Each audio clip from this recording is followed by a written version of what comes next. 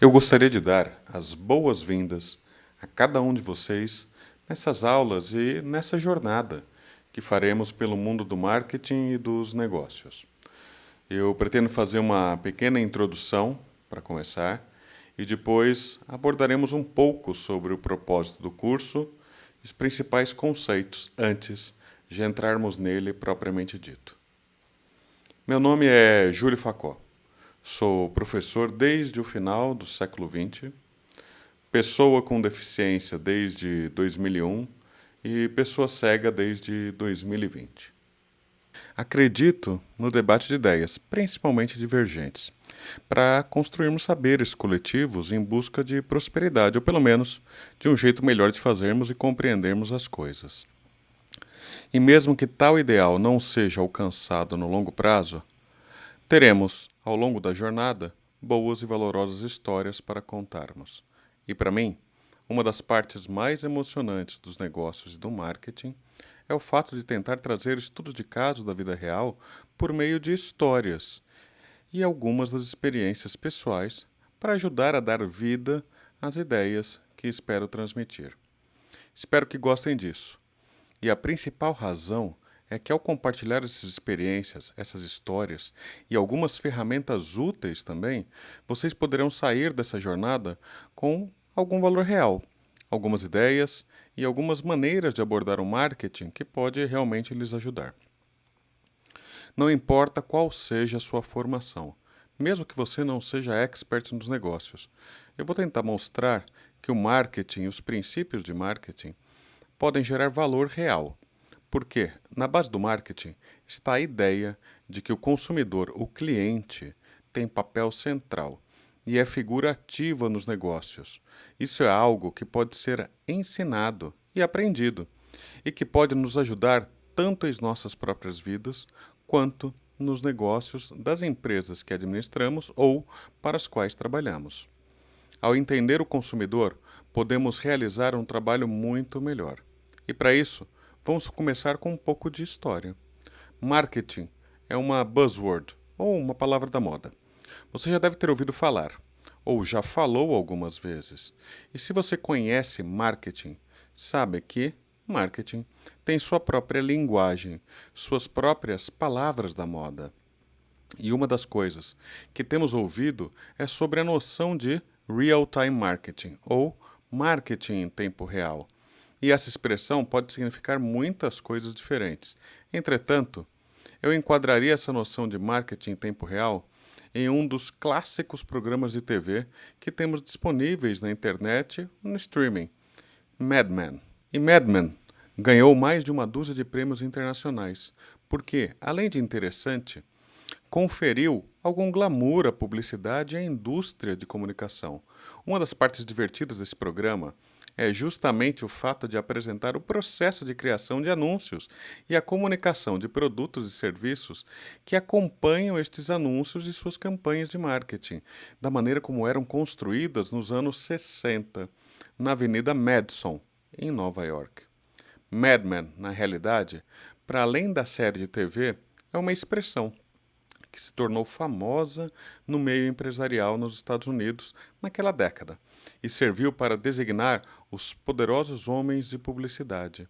A partir de 1950, a publicidade começou a ganhar um espaço vital na estratégia de vendas das empresas, que desfrutavam de um cenário econômico extremamente positivo no pós-guerra, com consumo crescente. Além disso, conforme a televisão se popularizava, mais a publicidade, como dimensão do marketing, crescia. Na época, costumava-se dizer que o retorno, o payback de uma campanha de publicidade e marketing pela TV era muito seguro e certo. Isso porque todos assistiam TV e acreditavam no que passava na TV. Mais ou menos o que acontece hoje em dia com a internet. Foi essa conjuntura que criou os grandes nomes da história da propaganda. Então, dá para ter uma noção do poder que esses caras tinham na década de 60, 70 e até 80. A expressão Mad Men veio de Madison Avenue, ou seja, os homens da Madison, uma das mais famosas avenidas de Nova York. E trata-se de um trocadilho, porque Madison, Mad, M-A-D, que também significa louco, e ad, A-D, que é a abreviação de advertising, também usado para designar um anúncio pago, quando junto, forma Mad. O interessante é que esses homens da Madison não eram exatamente exemplos de moral e conduta da sociedade. Bebiam muito, faziam festas, fumavam como chaminés e aproveitavam o que a vida tinha de melhor naquela época e que podia ser comprado com status e dinheiro. Era um estilo de vida. Nas últimas décadas, com o surgimento de outras ferramentas e mídias, a publicidade tradicional perdeu um pouco do seu glamour e os madmen foram desaparecendo, entrando em extinção. Voltando ao exemplo, se você assistiu ou não à série, uma das partes divertidas é quando todos os executivos estão sentados ao redor de uma mesa e eles estão fazendo um brainstorming. Nesse momento, um dos executivos tem uma grande ideia, que se mostra uma excelente ideia. Então, todo o processo de produção da publicidade de marketing começa e tudo começa a girar. A campanha se desenrola. Esse processo leva semanas e, às vezes, meses. Tradicionalmente e historicamente, a comunicação publicitária acontecia assim, e por décadas foi assim. Usualmente, depois de um longo período de tempo em que uma campanha era criada, essa ação de comunicação e marketing era trazida para o mercado para ajudar a vender um produto ou serviço. Era assim. Entretanto, e atualmente, o marketing em tempo real traz a ideia de que, em vez de despendermos tantas semanas e meses nesse processo, podemos tirar proveito de eventos ou incidentes, ou coisas que acontecem no mundo ao nosso redor. E você pode usar esses eventos em sua campanha de marketing, em sua comunicação imediatamente. Querem ver? Logo após o lançamento do iPhone 6, em 2014, vários usuários começaram a relatar o mesmo problema. O iPhone dobrava, inundando a internet com milhares de fotos de iPhones retorcidos, tortos. Na verdade, eles ficavam um pouco tortos mesmo, quando colocados principalmente no bolso de trás. Aproveitando o incidente, uma marca conhecida de chocolates, a Kit Kat, aproveitou-se disso e fez um anúncio muito rapidamente que viralizou e foi exibido online, dizendo: tudo bem se o nosso dobrar, ou o nosso não dobra, quebra. Brincando com a ideia de que o iPhone dobrava e isso era um problema, mas não para um Kit Kat, que você poderia comê-lo. Outra situação aconteceu numa final do Super Bowl, alguns anos atrás. Uma falha de energia fez com que as luzes do estádio Superdome ficassem apagadas por cerca de 30 minutos, paralisando o jogo e deixando todos no escuro. As pessoas no estádio, as pessoas em suas casas e bares que estavam assistindo à final perceberam que não havia muito o que fazer quando tudo está escuro num jogo. Uma marca se aproveitou disso e rapidamente tuitou em tempo real. E os biscoitos Oreo lançaram uma campanha que dizia: tudo bem, você pode mergulhar no escuro com o Oreo. Foi um estrondoso sucesso para essa empresa, atingindo milhões de pessoas em minutos, causando reações e comentários. Assim, a Oreo, com seu famoso biscoito preto e branco recheado, foi quem acabou ganhando o Super Bowl naquele ano. Portanto, o marketing em tempo real se trata de capturar e gerar valor em tempo real também. Agora, vamos mudar um pouco. Vamos falar sobre uma empresa chamada Threadless. Talvez alguns não saibam o que é essa empresa. A Threadless é uma empresa de camisetas. Aí você diz: bem, professor, conhecemos muitas empresas de camisetas. Conhecemos a Hering, a Gap, a Nike. Por que então falamos dessa tal de threadless, se existem muitos lugares e marcas que vendem camisetas? E a resposta para essas perguntas é porque essa empresa de camisetas usa um modelo de marketing que foi batizado de crowdsourcing. E, em algumas áreas de negócios e administração, é conhecido como Open Innovation, que é inovação aberta ou desenvolvimento abastecido pela multidão de pessoas, pela comunidade. E o crowdsourcing foi uma ideia que surgiu por volta da primeira década do século XXI, divulgado pela revista Wired. E lá era apresentada uma proposta interessante para marketing nos negócios, que é extrair da multidão ideias e informações para ajudar empresas nos seus negócios. E foi isso que a Threadless fez. O motor do seu design e desenvolvimento de produtos para camisetas passou a ser toda a comunidade de clientes. A empresa lançou um pedido para a multidão, para que ela enviasse propostas de designs para suas camisetas e recebeu não dezenas, mas milhares de ideias. Então, o que a empresa fez com tudo isso? Ela organizou as ideias e as devolveu para a multidão com a seguinte pergunta: quais camisetas e designs devemos produzir na próxima temporada? Essa gigantesca comunidade escolheu e a empresa as produziu e vendeu.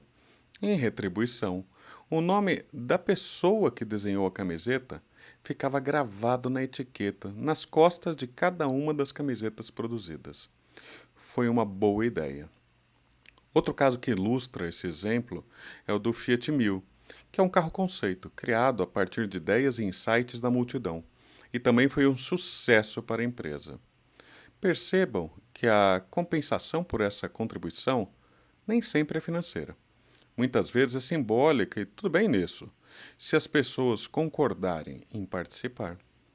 A oportunidade dessa abordagem está justamente no fato de acreditar que a melhor escolha não é a da empresa, mas dos próprios clientes e consumidoras.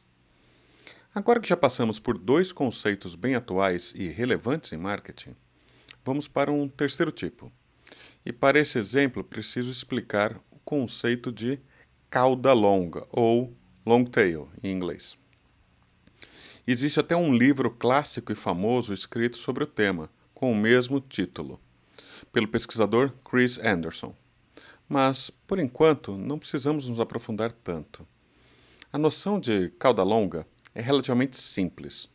Durante muitos anos, empresas que vendiam coisas como livros ou discos, lembram daqueles discos de vinil? Fitas cassete, fitas VHS, CDs e DVDs? Pois bem, eles sempre teriam que ter em estoque os itens mais populares, os mais procurados, que chamamos de headtail, numa curva de produtos. Assim, você sempre quer vender o que é mais popular. Você faz o seu estoque girar mais rápido. Se você estava vendendo músicas, as 100 melhores músicas do momento deveriam estar em seu estoque para pronta entrega. Afinal, é isso que a maioria das pessoas quer comprar. Dessa maneira, ocasionalmente, alguns clientes viriam procurar um produto que não era nenhum desses de alto giro de estoque. E você teria que lhes dizer: sinto muito, não temos esse item. Ou então diria: temos um último item em estoque.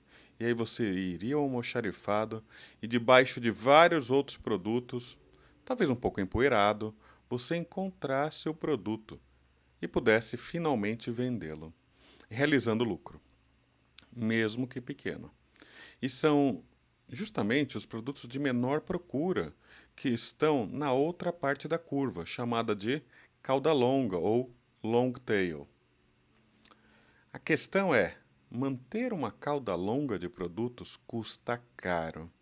É dispendioso manter uma estrutura de distribuição de muitíssimos produtos em poucas quantidades de cada um. Notem que a palavra-chave aqui é distribuição. Mas aí acontece algo incrível. Agregamos tecnologia a esse conceito. E o que temos? Podemos enviar produtos para todo mundo com bastante facilidade, a um custo acessível. Os clientes não precisam vir até nossas lojas fisicamente para entregarmos os produtos. Podemos armazenar esses mesmos produtos de baixo giro em centros de distribuição e gerenciar o nosso canal de vendas e marketing de cauda longa. Agora, as empresas têm um mercado para os itens que não estão entre os mais populares. Aliás, podem até ser produtos raros, limitados ou exóticos.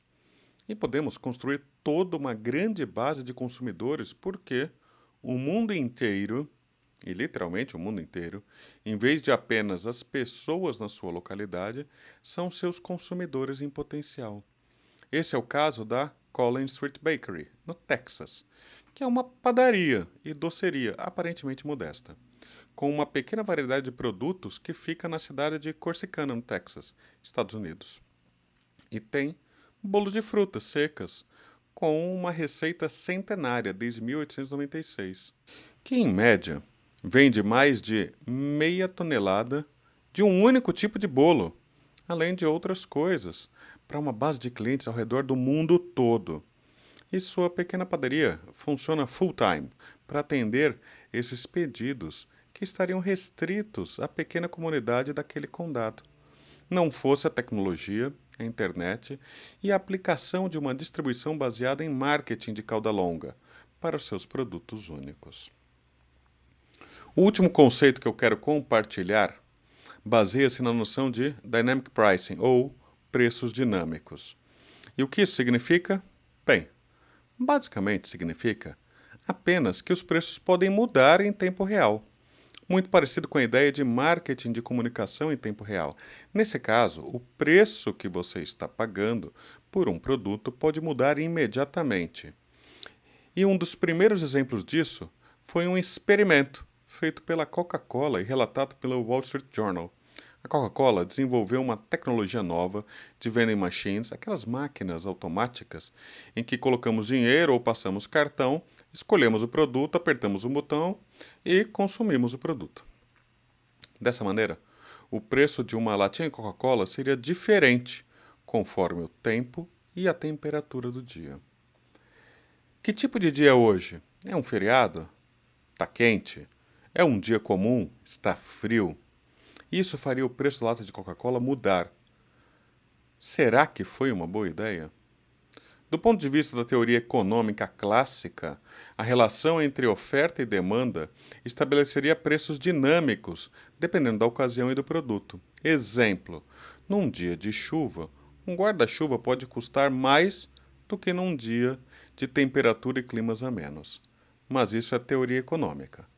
Como será que foi o caso da Coca-Cola na prática? O que aconteceu? Num dia muito quente, aquela lata de Coca-Cola, geladinha, custaria mais. Afinal, você e todo mundo iriam querer muito. E em um dia muito frio, aquela mesma lata de Coca-Cola seria bem mais barata. E isso foi facilitado, foi possível justamente por conta da tecnologia. E qual o resultado? Um fracasso.